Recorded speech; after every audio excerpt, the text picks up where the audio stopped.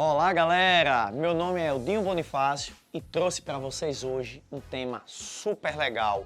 Meu Deus, lá vem coisa importante e que todo mundo precisa, mas nem todo mundo gosta.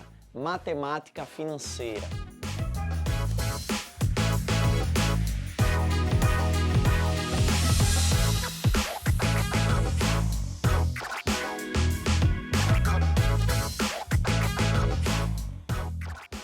Qual seria o resumaço? Aquilo que você diz assim, se eu for para uma prova, qual é o trivial que eu tenho que saber? Qual é o basicão, aquele que não tem jeito, tem que estar na minha mente? Vamos lá, acompanha, hein? Lucro, qual o conceito de lucro? Muita gente diz assim, lucro é venda menos custo. É um conceito errado? Não, é um conceito certíssimo. Mas é um conceito que ele restringe um pouco. Sabe por quê? Porque nem sempre o dinheiro que você recebe vai se chamar venda. E nem sempre o dinheiro que você gastou vai se chamar custo. Você pode ter o nome receita, você pode ter o nome faturamento, você pode ter o nome despesa. Olha como a gente pode ter uma variação grande de nomes para você ficar restrito a venda menos custo. Eu prefiro dizer o seguinte, sabe o que é lucro? Lucro é tudo que entra menos tudo que sai de dinheiro. Então, o dinheiro que entra menos o dinheiro que sai chama-se lucro. Então, por exemplo, eu estou vendendo produtos. O dinheiro que entrou com a venda menos o dinheiro que eu gastei comprando esses produtos para revender, é o meu lucro. Então, lucro é o dinheiro que entra menos o dinheiro que sai. Portanto, pode ser venda menos custo, faturamento menos despesa, receita menos gasto, o dinheiro que entra menos o dinheiro que sai. Muita atenção ao que eu vou te dizer agora. Muito atento. Hashtag atentos. Montante. O que é montante? É a soma entre capital inicial e juros. E receita? Esse nome cai bastante e não é só em financeira, hein? Muito atento a isso. Função do segundo grau. Aquelas questões de máximo e mínimo. Qual a receita máxima? Quantos produtos devem ser vendidos de modo a se ter a receita máxima? Falou de receita, você vai ter preço vezes quantidade. Então, receita é igual a PQ. Foi uma questão de financeira, foi uma questão de função quadrática, de função do segundo grau. Fique muito atento. Receita é PQ. Agora vamos particularizar juros simples e juros compostos. Vamos separar agora o joio do trigo. Juros simples, a fórmula é CIT sobre 100. Ah, Eldinho, meu professor não me ensinou assim não. Meu professor botou apenas CIT, ou então SIM, um N ao invés do T. É a mesma coisa, pessoal.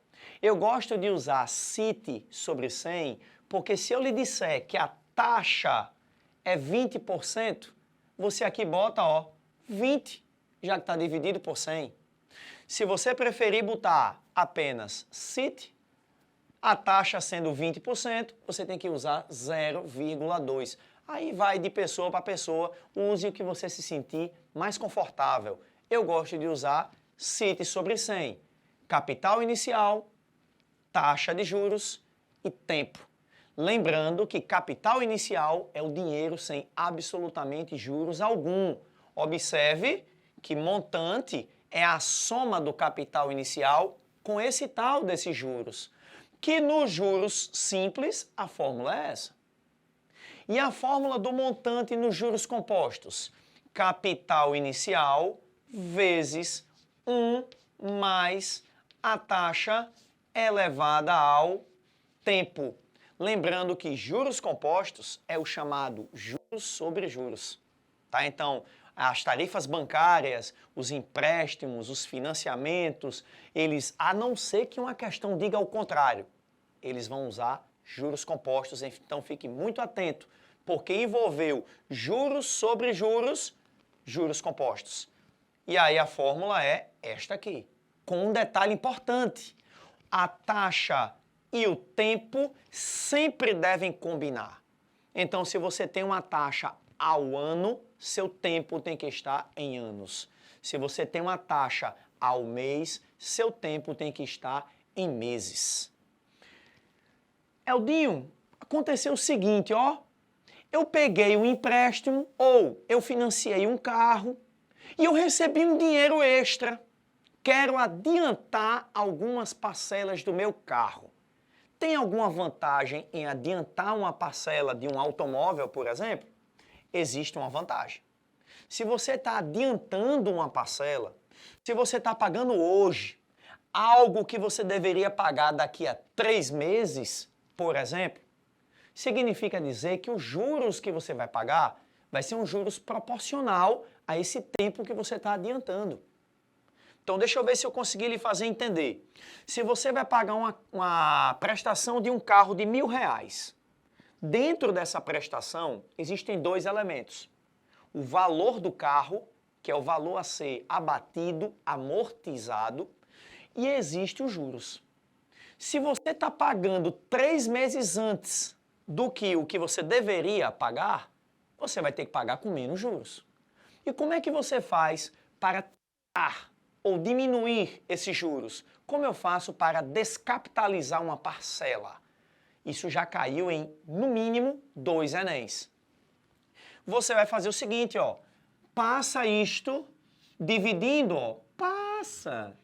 Que aí você vai encontrar que o capital será o montante dividido por 1 mais a taxa elevada ao tempo. O montante é a parcela do carro, ou seja, aqueles R$1.000 seria a parcela, o valor com juros. Então aqui, ó, valor com juros. Aqui, ó, a taxa de juros. E o N, o tempo em que você está adiantando essa parcela. Ah, eu estou adiantando 3 meses. Então o tempo seria 3 meses, o tempo de adiantamento dessa parcela específica. Você tem que fazer parcela a parcela, ok? Aqui você não faz de uma vez, não. Então, se você estiver adiantando 3 parcelas, você faz uma vez para adiantar uma, outra vez para adiantar outra e outra vez para adiantar a terceira de todas. Top? Vamos ver se deu para entender. Eu quero ver você aplicando isso em questões. 2 nomenclaturas que eu trouxe para a gente fechar esse super resumo. O que é saldo devedor? Saldo devedor é quanto você ainda deve. Saldo devedor é quanto você ainda deve. E na hora que você paga tudo o que você deve, você quitou a dívida. Então, saldo devedor é quanto eu ainda devo. E na hora que eu pago tudo o que eu devo, eu quitei a dívida. Então, quitar é deixar de dever. Veja só se com esse super resumo que eu te passei, seguindo essas orientações, se você consegue desenrolar muito em financeira, eu tenho certeza que você vai ser sucesso. Meu nome é Eldinho Bonifácio, faço parte dessa equipe maravilhosa das escolas SEI. E não esqueça nunca, do Enem, ó, eu sei. Nos aguarde nas próximas aulas. Tchau, tchau!